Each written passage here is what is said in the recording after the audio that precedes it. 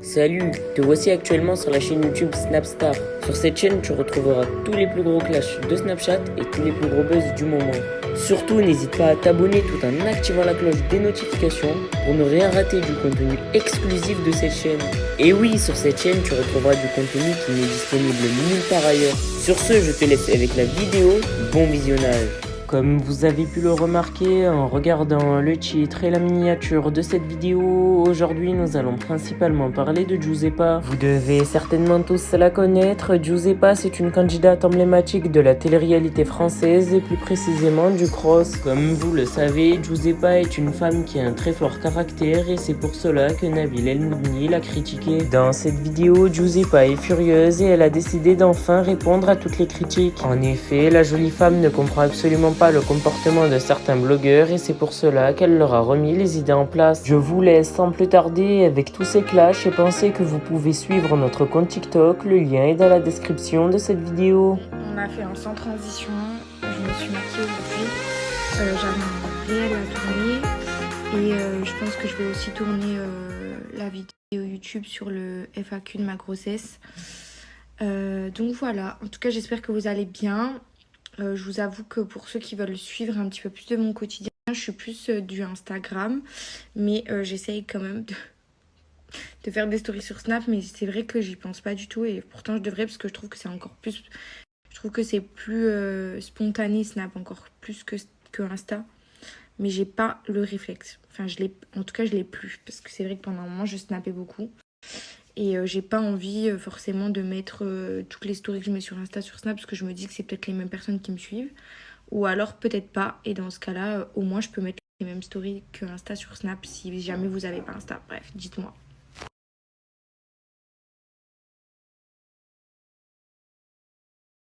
Bon, du coup, pour ceux qui ont un Insta, j'ai donc posté le réel. Et là, je sors du resto, je rentre à la maison, je vais essayer de tourner la vidéo YouTube. Je vous tiens au jus si je la tourne là, parce qu'après il faut que j'aille au stade. Je vais voir l'OM ce soir, je suis trop contente. Et du coup si j'ai un petit moment là pour tourner la vidéo YouTube, je la tourne direct. C'était un FAQ sur la grossesse, donc j'ai récupéré toutes les questions, ça fait un moment que je les ai. Et comme ça je réponds. Clôturer le sujet parce que après j'en parlerai plus.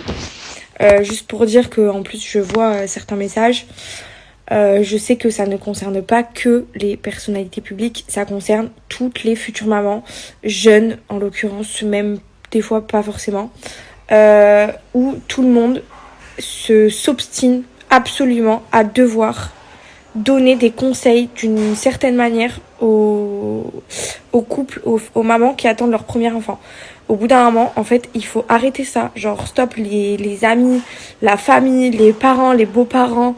Il y a certains conseils que vous pouvez vous permettre et il y a des manières de le faire, en fait. Des fois, c'est vexant, c'est blessant, c'est frustrant. Et en fait, tout simplement, ça casse la tête. Voilà, parce que nous, c'est notre première expérience, c'est la plus belle expérience de notre vie. Et je pense qu'on a besoin de la vivre pleinement. Et d'avoir tout ça, de nous mettre tout ça dans la tête, c'est horrible, en fait. Aussi, il y a un truc que je ne supporte pas. Alors là, c'est vraiment la matinée râleuse. Mais je m'en fous. Parce que je sais qu'il y en a plein qui vont se voir. Autant je sais qu'il va y avoir des haters qui vont dire que j'ouvre trop ma gueule. Et autant je sais qu'il y en a plein qui vont dire mais elle a trop raison. Le truc de dégoûter les premières futures mamans avec leur premier bébé, avec leur premier bébé, en leur donnant leur mauvaise expérience d'accouchement, en leur donnant que des trucs négatifs sur les premiers jours et les premières semaines avec le bébé.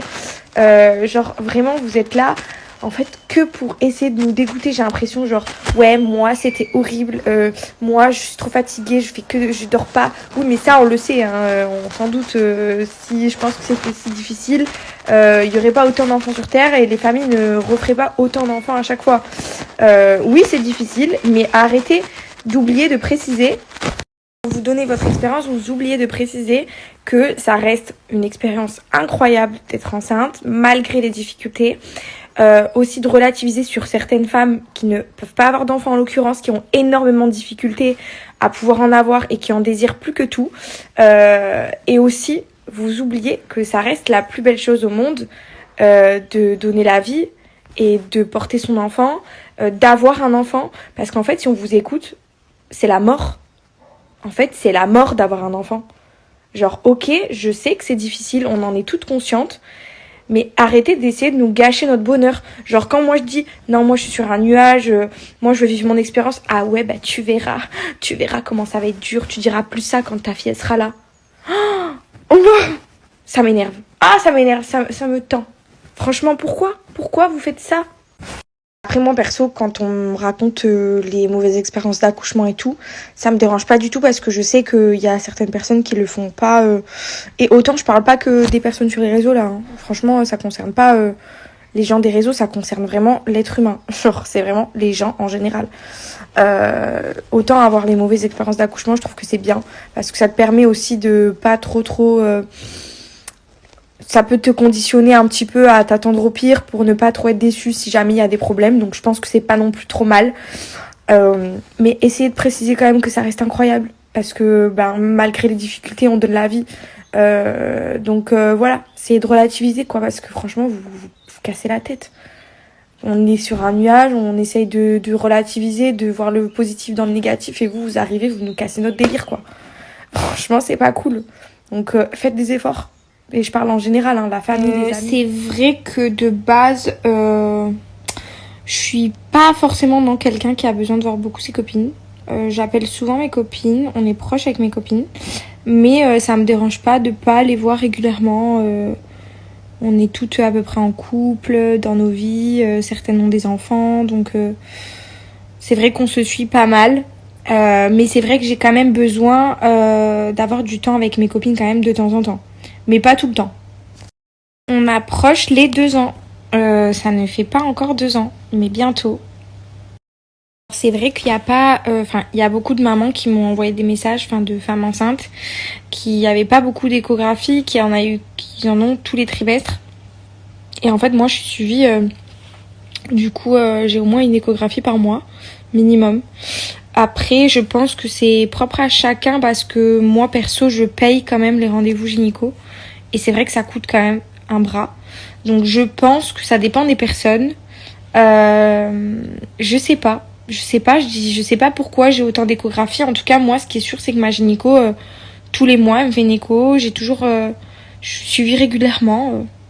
Mais du coup, je pense que si vous voulez être suivi comme moi régulièrement, il suffit de demander. Peut-être que si vous demandez, c'est possible. Hein. Je pense que c'est à la demande et c'est comme vous le souhaitez. Alors si, pour celles et ceux qui m'ont suivi depuis le début de ma grossesse, j'ai eu une grosse sciatique pendant un moment. Là, maintenant, la sciatique s'est passée. Mais maintenant, j'ai tout le dos bloqué, noué de nœuds. Je sens que j'ai tous les nerfs qui sont bloqués dans le dos. Et pour vous dire, quand je suis allongée sur le dos, j'ai super mal. Donc la nuit, je ne peux plus dormir sur le dos. Sauf que, vu qu'elle me fait super mal aux côtes, c'est aussi super délicat de dormir sur le côté. Donc là, je vous avoue que le dernier trimestre, il s'annonce compliqué. En tout cas, les derniers mois. Alors oui, forcément, avec Paga, on a déjà plusieurs fois eu ce sujet. On a déjà eu beaucoup de fois cette discussion où on s'est vraiment fait la promesse de ne pas s'oublier en tant que couple, de toujours autant s'écouter parce qu'on a vraiment une qualité dans notre couple avec Paga. Et franchement, c'est pas pour faire la meuf, mais on communique vraiment beaucoup. On s'écoute à mort. Et quand il y a un truc à dire, on le dit tout le temps sur le moment, on n'attend jamais. Et on s'entend. On écoute ce que l'autre a à dire, on fait pas semblant. Et on s'est vraiment juré que ça devait rester comme ça, parce que c'est vraiment ce qui fait notre force dans notre couple. Et voilà, maintenant on va faire tout notre possible pour qu'il n'y ait rien qui change, même si ça va changer quelque chose, mais en tout cas dans l'amour qu'on se porte, l'attention qu'on se porte, et ne pas s'oublier aussi en tant que personne individuelle, mais aussi à deux. On va vraiment faire tout notre possible, même si on rencontrera sûrement des difficultés. Je suis actuellement à 33 semaines d'aménorrhée. Donc je suis dans mon 8e mois de grossesse. Merci à toi d'avoir visionné cette vidéo et surtout n'hésite pas à liker la vidéo et à nous donner ton avis dans l'espace commentaire. Sur ce, on se retrouve dans une prochaine vidéo. Peace.